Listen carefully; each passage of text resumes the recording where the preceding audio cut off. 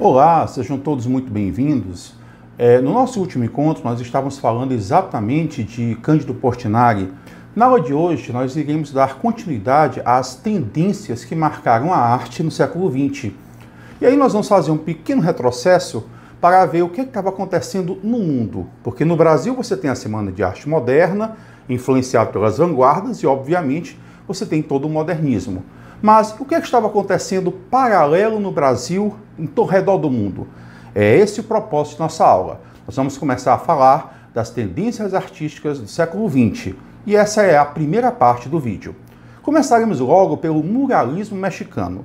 O que foi o muralismo mexicano? Veja bem, você teve a Revolução Mexicana. Ora, a Revolução Mexicana, ela colocou a seguinte concepção com relação à arte, tá? Eu não vou tratar aqui da política, mas sim de como a arte foi concebida pós-Revolução Mexicana. A arte deve ir ao encontro do público ou o público deva ir ao encontro da arte? Essa pergunta ela é tão antiga quanto quem veio primeiro, o ovo ou a galinha. Porque, na verdade, as duas respostas, as duas proposições, elas têm respostas bem interessantes. Então, o muralismo mexicano, entendendo que para a arte como um meio de conscientização e um meio de politização, entende que levar a arte para o público é mais interessante. Mas como fazer isso? Através de murais, pinturas pela cidade inteira e, obviamente, telas que trabalham muito a questão do nacionalismo, do resgate da identidade latino-americana e da condição latino-americana, especialmente com relação à colonização e as heranças da colonização. Então nós percebemos que, de certa maneira, o muralismo mexicano, que está ali na década de 20, 30, aproximadamente com o modernismo na primeira fase, acabam por dialogar em alguns pontos. E temos nomes muito interessantes, como, por exemplo, o José Orozco. Nesse recorte aqui, nós temos exatamente uma história que vai pegar toda a América Latina, do México até o extremo sul, o épico da civilização americana. Aqui é apenas o recorte de um mural. E olha só o que é que nós temos. A nossa extrema-direita, um judiciário com o rosto de caveira, a ideia da corrupção.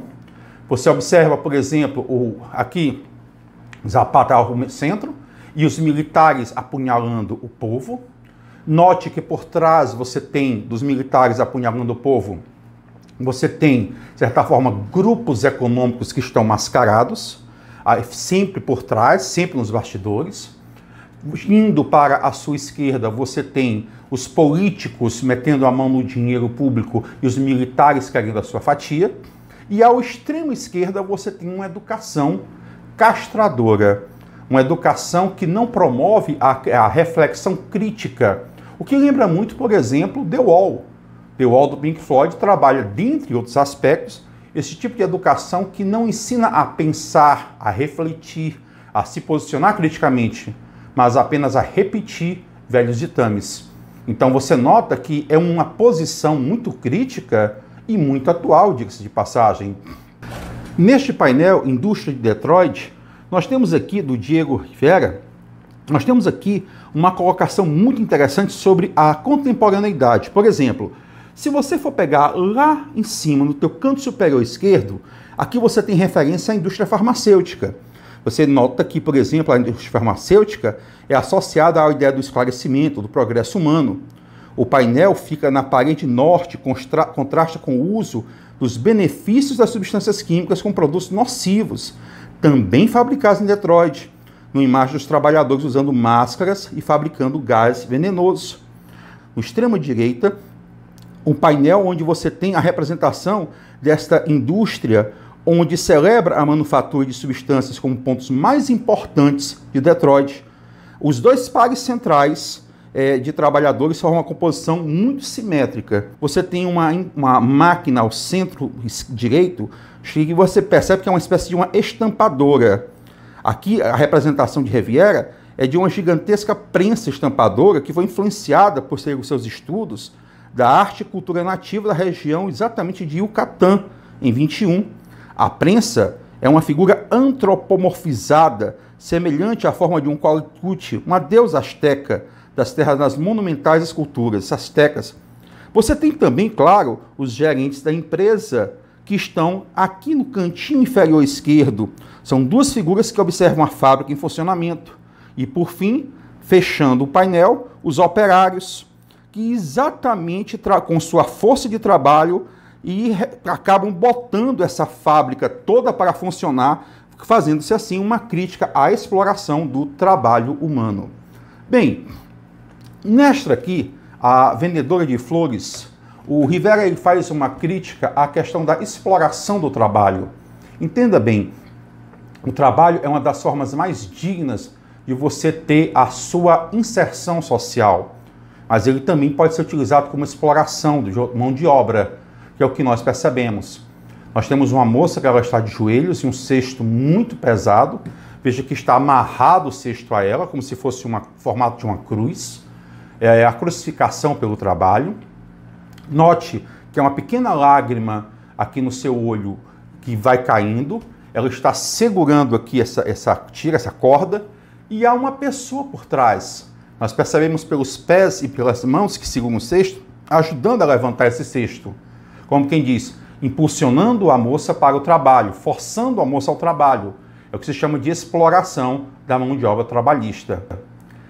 Quando a gente vai para a Caveira da Catarina, é uma tela muito interessante. Primeiro porque você tem que conhecer a cultura mexicana, né? A cultura mexicana, quando você trata do Dia dos Mortos, é uma coisa festiva, alegre, diferente do Brasil. Um outro aspecto é o chapéu que ela possui. Observe que é um chapéu realmente muito vistoso, um chapéu que as elites se utilizam, mas ela só é mente ossada.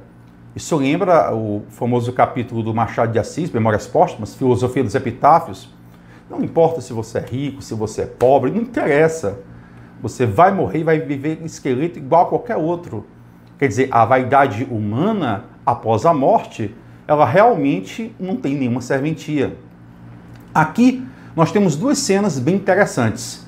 A primeira denuncia as péssimas condições de trabalho, onde você tem um operário que está ferido, chamado Trabalhador Ferido, do Davi Siqueiros. Na outra, você tem uma parte central de todo um mural chamado Da Conquista Espanhola à Revolução Mexicana.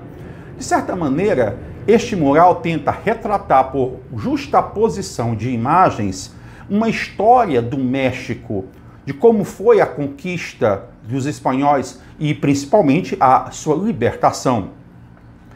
Vamos para uma pintora, falar agora de uma pintora muito interessante, que ela pode perfeitamente estar enquadrada no surrealismo, sem dúvida alguma. Mas nós preferimos, pela questão realmente regional, tratar do México, de colocá-la aqui no muralismo mexicano, que é a Frida Kahlo. E esta primeira tela é uma tela impactante, é uma tela forte. Olha só o nome da tela, Meu Nascimento. Note que não há ninguém auxiliando no nascimento da Frida. A mãe, a mulher, está sozinha. É o desamparo da mulher na sociedade. Perceba também que há um pano sobre a cara dela, jogando a ideia do anonimato. Então, é uma tela que denuncia a condição da mulher, do anonimato, do desamparo em toda a sociedade, tá? É uma tela realmente marcante, como quem quer dizer assim, eu vim ao mundo pela força, pela garra, porque eu e minha mãe não tivemos amparo nenhum. Neste autorretrato, e a Frida adorava autorretratos, nós temos algumas situações muito interessantes, tá? Eu quero que você perceba uma coisa. A Frida, ela costuma, em alguns autorretratos, quebrar um pouco daquela ideia do papel estético da mulher. A ideia de fazer o buço, fazer a sobrancelha, onde nesta tela você percebe que não há esta preocupação. Notemos, por exemplo, que ela está com um colar de espinhos que a machuca e um beija-flor morto. O beija-flor é a ideia de liberdade. A liberdade que a mulher tem sobre o seu próprio corpo está morto. Note, por exemplo, que isso é muito comum hoje em dia. Ah, comigo essa roupa aí você não vai sair. Então, é uma imposição de um desejo masculino, é uma imposição de um gosto masculino sobre o corpo feminino. Isso você nota também, por exemplo, na sociedade brasileira do século XIX, retratado de uma forma hábil por Machado de Assis em Dom Casmurro, o Bento vai a uma recepção com Capitu e ele diz assim para ela: você vai usar aquele vestido que te dei, colocar aquele colar assim que eu comprei para você. Então, note que a mulher parece que é uma exibição do poder financeiro da figura masculina. Ela coloca aqui: você pode até tentar dominar o meu corpo, você pode até tentar dominar a forma como eu me visto ou a forma como eu vou me portar em sociedade. A Frida era muito polêmica. Mas você não vai dominar as minhas ideias. Notemos que há algumas borboletas em torno da cabeça dela. A borboleta é sinônimo de liberdade. Então você tem a liberdade das ideias. Também temos aqui uma espécie de um gato preto e de um macaco, que estão exatamente nos ombros da Frida. O gato, que aparece no ombro esquerdo, tradicionalmente é um presságio de má sorte. Ele observa com ameaçador beija-flor, que está abaixo da garganta, como se esperasse para atacá-lo. E o macaco é símbolo do diabo, da luxúria, mas para a Frida, o macaco de estimação simboliza o amor que ela recebia de Diogo Rivera, que era o seu marido. Então, a gente percebe que há uma certa simbologia presente nesta tela. Aqui nós temos dois momentos muito interessantes. Um momento festivo, típico da cultura mexicana, e um momento político. O muralismo, como eu disse para vocês, é uma tendência de também esclarecimento político-social. E aí você tem a Marcha da Humanidade, que são as tropas de Zapata. Do outro lado, você tem, por exemplo, a Festa da Flor, que é uma festividade popular. E aí a cultura popular, assim como o modernismo na primeira fase, foi também trabalhado pelo muralismo mexicano. Bem, um outro movimento, outra tendência que marcou muito a época foi o construtivismo russo. Mas o que foi o construtivismo russo? Vejamos. O construtivismo russo ele vai se basear na Revolução Russa. Então, muitos daqueles ideais que vimos na Revolução Russa vão estar aqui presentes na arte. E aquela coisa que nós costumamos dizer, toda vez que você tem arte e política, a política acaba, de certa maneira, prejudicando a arte. Não tem como. É uma verdade, tá? Então, qual é a ideia basicamente? Além de ter os conceitos defendidos pela Revolução Russa e tendências do marxismo, o artista ele concebe a obra de arte não como uma representação da realidade. Entenda bem, essa ideia de representação da realidade você teve anteriormente. A obra vai ter uma função mais pragmática, mais prática. Quebra-se assim aqueles conceitos tradicionais do academicismo. Teremos também, claro, uma arte que vai se ligar à produção fabril, essa nova ordem social e política que você tem na antiga União Soviética, a influência de tendências abstratas, do cubismo, do futurismo, são muito fortes.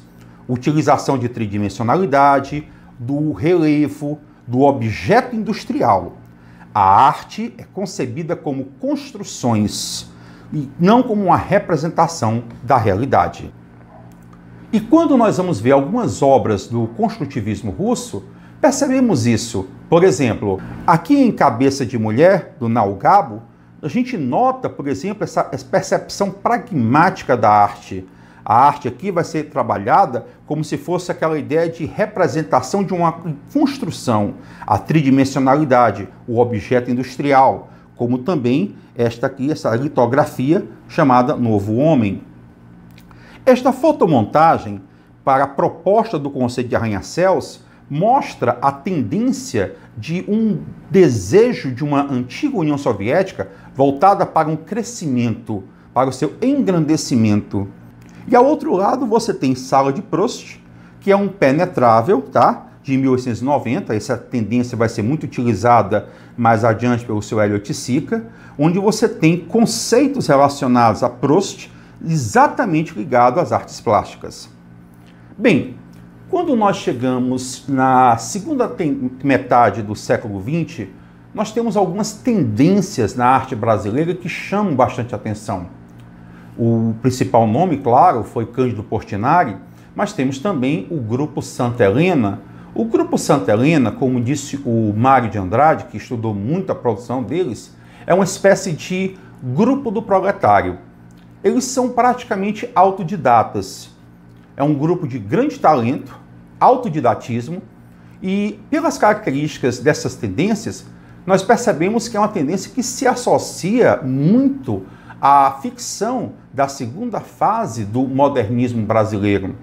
Nós teremos trabalhadores rurais, nós teremos ideologia política de esquerda partidária aqui presente em alguns momentos, nós tenderemos também a ter denúncia social e, é claro, a influência do expressionismo, do cubismo e do surrealismo, principalmente do cubismo, que é um pouco forte. As problemáticas do cotidiano estarão aqui presentes, tá? E dentro dos nomes do grupo Santa Helena, destaca-se principalmente o Alfredo Volpi e o Aldo Bonanei, que são dois nomes bastante expressivos das artes plásticas brasileiras da metade do século XX. Quando a gente fala do Volpi, ele é um pintor que trabalha muito a ideia da bidimensionalidade. Os traços cubistas são marcantes, são fortes, e além de estarem presentes nas inúmeras fachadas que ele costuma trabalhar, ele também tem uma marca muito interessante, que são essas bandeirinhas que nos lembram aquelas bandeirolas bem típicas das festas juninas. Nesta outra tela, já feita no final dos anos 40, que não tem título, ele trabalha aqui o espaço urbano. Notemos, por exemplo, a influência do cubismo na composição do cenário e a ideia de profundidade trabalhada aqui. Nessa outra, do Bonadei, você tem uma paisagem de Itanhaém, que é uma paisagem urbana, industrial. O céu, como você percebe, está totalmente poluído. A impressão que você tem na textura da pintura das casas, das construções, é que elas estão impregnadas de fuligem. Então, é uma denúncia a uma urbanização que acaba com a paisagem natural. À sua extrema direita, você tem uma árvore onde praticamente só estão os galhos. Aqui, em composição, casas também do Bonadei, você tem uma figura emblemática. O ponto de vista, quer dizer, de quem está observando, é da sacada de uma varanda, de um casarão colonial. Pela paisagem descrita aqui, nota-se que é uma paisagem que lembra um pouco, por exemplo, a paisagem mineira colonial ou algo similar. E ele vai descrevendo o transcorrer de uma rua. Ela começa aqui na sua diagonal esquerda, ela dobra, ela faz um contorno que não está na visão do espectador e vai dar de cara com essa casa com janelas coloridas. Então, você tem uma tridimensionalidade que, assim como o cubismo, é achatada em duas dimensões. Aqui há um certo traço abstrato no retrato da imagem da mulher sentada. E o fato de utilizar-se de poucas cores e as cores do ambiente serem tristes e serem as mesmas cores que retratam a mulher, dão uma certa ligação entre um ambiente um tanto quanto triste e o aspecto psíquico-emocional da personagem. Então a gente nota esse tom de subjetividade, de inserção do personagem em um dado meio. Em paisagem, Moema, aqui o coloridismo ganha vigor, sem dúvida nenhuma. O verde, o amarelo, o azul, as figuras geométricas também. Notamos que não há a tridimensionalidade, ele traz a ideia de profundidade aqui para a frente da tela, e você tem uma paisagem colorida com a influência dos traços cubistas marcantes. Quando chegamos a algumas tendências contemporâneas já da segunda metade do século XX, o que nós vamos ter no mundo? Bem, nós vamos ter o expressionismo abstrato. O expressionismo abstrato foi uma tendência que foi muito marcante finalzinho da década de 40 até mais ou menos os anos 60. E até hoje é muito comum você se deparar em telas produzidas com essa tendência. O que é que nós temos? O Pollock, que foi um dos maiores representantes dessa tendência, ele utilizava algumas técnicas muito interessantes. Por exemplo, ele pega a ideia de representar o abstrato, tá? A fuga de uma noção de realidade, não recorrendo a modelos reais. A criação é espontânea, é intuitiva, sem interferência racional. Isso lembra, por exemplo, a escrita surrealista automática, que você vai escrevendo o que dá vontade. No prefácio interessantíssimo lá do Mário de Andrade, do livro Paulicéia Desvairada, publicado em 22, nós temos um pouco disso também, tá? E você vai ter tendências, por exemplo, não só de jogar tinta, como também de fazer a técnica de gotejamento. Então, ele mexe com a tela, coloca elementos como areia, bota de um lado, bota do outro. A criação ela é inconsciente. Por isso que a tela se torna um produto único. Por exemplo, vamos aqui pegar um exemplo bem interessante que aconteceu na história da arte. Quando Leonardo da Vinci disse que não daria a sua tela Mona Lisa para a pessoa que a encomendou, ele falou assim: eu posso fazer uma cópia para você. Quando da Vinci diz isso, notamos que ele faz todo o planejamento. Ele fazia um plano da obra até começar a pintá-la. Então ele poderia fazer várias cópias da Mona Lisa. Aqui não. É uma peça única realmente, em traços ondulantes. Onde, embora o fundo seja cinza, os traços de cor preta e amarelo vão se revezando em linhas, de certa forma, circulares. Ou então, em mastros azuis, que ele pega diante de uma realidade totalmente caótica, utilizando-se do vermelho, do branco, do amarelo, ele passa linhas transversais azuis, cortando esta realidade caótica.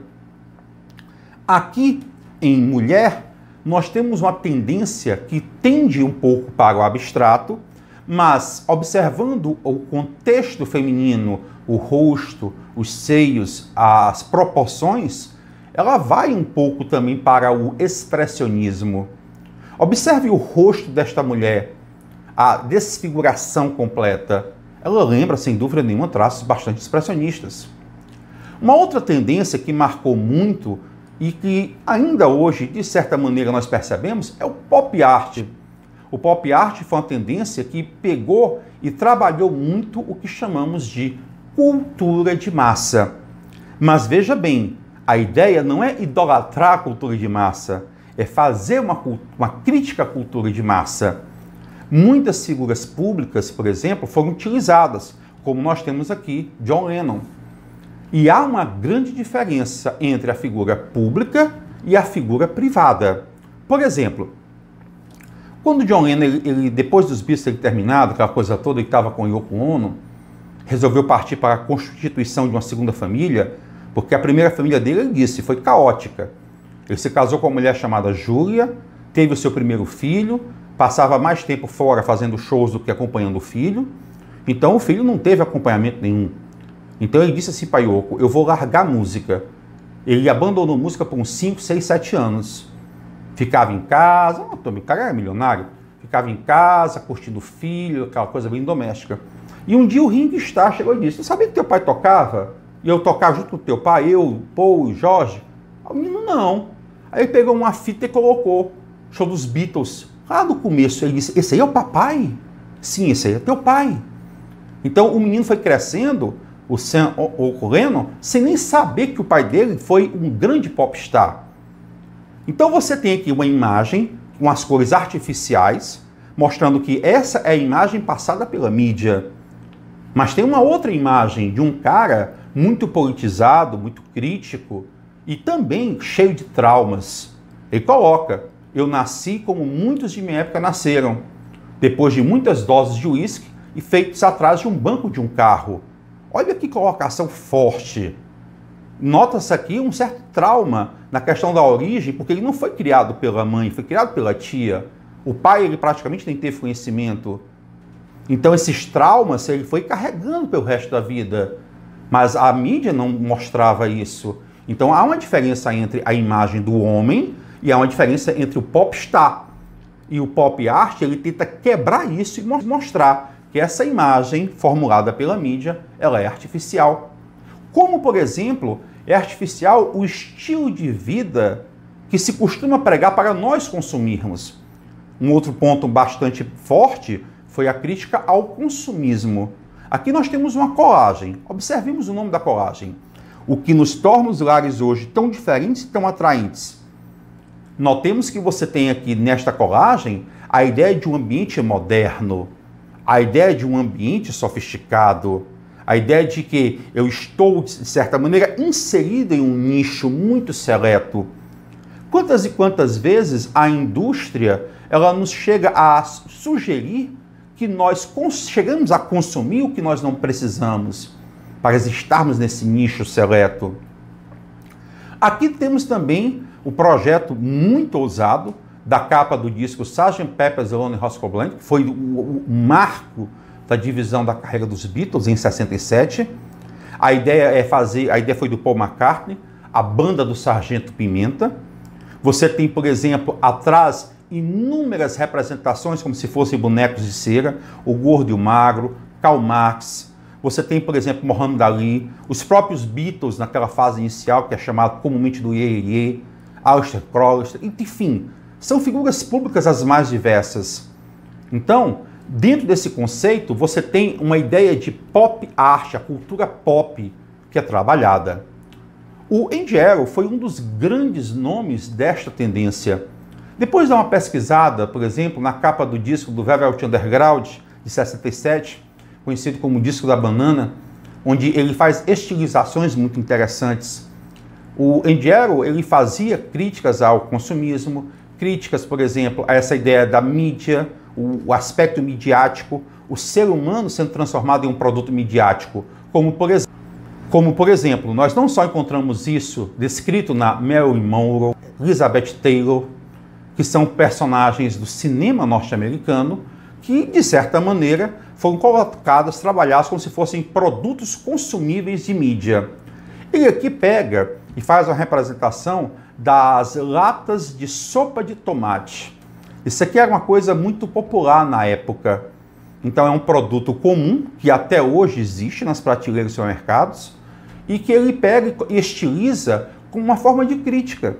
Hambúrguer é a cara do norte-americano. 2 pães e um pedaço de carne. A crítica ao estilo de vida americano. O Roy Lichtenstein, que foi outro nome do pop art, ele fez uma coisa muito interessante.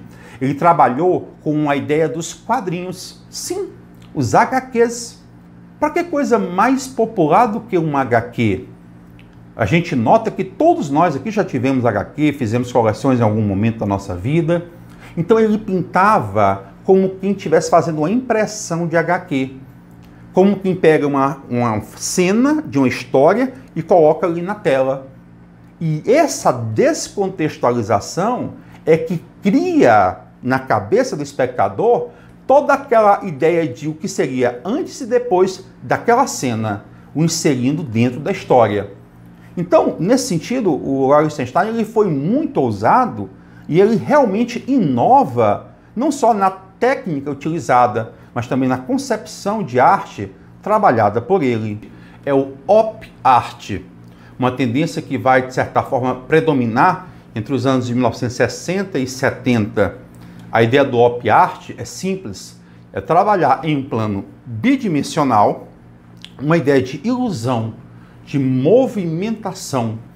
Então, quando nós olhamos para uma obra do op art, nós temos aquela impressão de que algo está se mexendo, o dinamismo, embora na verdade no fundo seja algo estático. Quando trabalhamos com isso, notamos que nem sempre todas as pessoas enxergam essa ideia de movimento. Algumas enxergam com mais facilidade, outras com mais dificuldade e outras mesmo nem chegam a enxergar. Por exemplo, essa ideia, por exemplo, de ondulação, parece que as coisas estão assim se mexendo, saindo do aspecto estático. É uma imagem que deixa até alguns um tanto quanto angustiados. Olha aí. Tente observar ao centro. Você percebe essa agonia em alguns. Aqui, nesta outra, por exemplo, você observa que a ideia é fazer um movimento circular. Olhe o eixo central. Fixe seu olhar neste eixo central. E você vai começar a perceber sutilmente um movimento. Nem todos conseguirão notar o movimento logo de cara. E alguns talvez não percebam. Porque essa ideia, por exemplo, de mexer com ilusão de ótica, tridimensionalidade, op art, nem sempre todo mundo consegue perceber da mesma intensidade. Quando falamos do Escher, o Escher ele foi fantástico, porque ele trabalhou muito com a ideia do ilusório associado da impossibilidade. Exemplo, cascata. Se notarmos, esta paisagem, ela está no fundo do mar. E nós temos uma cascata. Acompanhe o movimento da cascata, por favor. Ela começa lá embaixo, ela vai subindo contra a força da gravidade, desce, mexe com a roda de um moinho e volta de novo. Então, ela faz exatamente tudo ao contrário. Dentro de um mar, dia e noite. Nesta composição, ele se utiliza de aves que se intercruzam. Aqui você tem aves pretas, que vão para um ambiente mais claro, chamado dia, e aves brancas, simétricas, que vão para um ambiente mais escuro, chamado noite. Notemos, por exemplo, que uma ave preta, ela é formada exatamente pelo espaço de duas aves brancas e vice-versa. Então, esse jogo de contrastes é muito curioso. E quando observamos a tela no seu sentido vertical, as aves elas vão se diluindo e formando o espaço terreno. Outra tendência também que, de certa forma, chama atenção é exatamente a land art, que é essa ideia de a arte da terra. É uma arte, é um tipo de produção artística feita em um meio natural. Ela não foi feita para ser exposta, tá? Algumas dessas produções, elas são muito frágeis, outras nem tanto. A ideia é você fazer num ambiente isolado, você fazer o registro fotográfico, porque ela é um tipo de arte que, ela, pelo fato de ser feita especialmente com elementos naturais e muitas vezes ela não tem uma tendência de ser eterna, ela acaba, por exemplo, se desfazendo em questão de horas, em questão de dias, como notamos bem aqui nesta primeira imagem logo. O artista fez uma coisa incrível, ele jogou com a ideia da projeção da imagem na água. Ele fincou um graveto assim e vários outros assim. E ao final fez um graveto aqui e assim. Quando essa imagem é projetada, cria-se a imagem de uma espinha de peixe. Então ele jogou com a realidade e a projeção da realidade na água. Observe esse urso feito com galhos secos. É um tipo de imagem, por exemplo, que você percebe que ela vai se decompor. Por isso o registro fotográfico ele é iminente. Como agora, quando você vê este quebra-mar, isso aqui é uma fotografia aérea, ele é imenso, nós percebemos que a água vai entrando e a proporção que ela vai entrando, de acordo com o tipo de solo que vai se sedimentando, a água vai ganhando colorações diferentes. É um tipo de land art que vai durar. Aqui nós temos uma bem passageira, feita com pedras, seixos, onde, de uma maneira muito criativa, nós temos o rosto de uma pessoa. Agora, esta aqui foi belíssima. Tem algumas dessas land arts, como por exemplo essa, que você só consegue ver do alto. Não só como o quebra-mar, mas também como esse cavalo à beira da estrada. Essa grande muralha no formato de uma serpente. Ela está num museu ao ar livre nos Estados Unidos. E note a ilusão de como ela entrasse no lago, claro que ela não entra, e saísse do lago e continuasse o seu percurso. Então, é um tipo de construção que mexe com o imaginário humano. E esta outra, para nós finalizarmos, ela foi trabalhar a ideia da simetria. Nós temos aqui, por exemplo, 4 grandes cilindros de concreto. E a ideia foi fazer o alinhamento dos cilindros ao nascer do sol. A gente sabe que o nascer do sol ele é questão de segundos.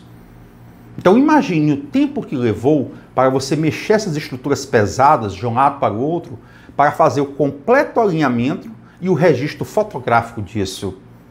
Então, o registro fotográfico da land art, da arte voltada para a natureza, a arte da terra, é realmente o que marca essas tendências. Na nossa próxima aula, nós iremos dar prosseguimento às artes plásticas, não só no Brasil, da segunda metade do século XX, como também as tendências que estão acontecendo no mundo, tá? Um grande abraço e fiquem com Deus.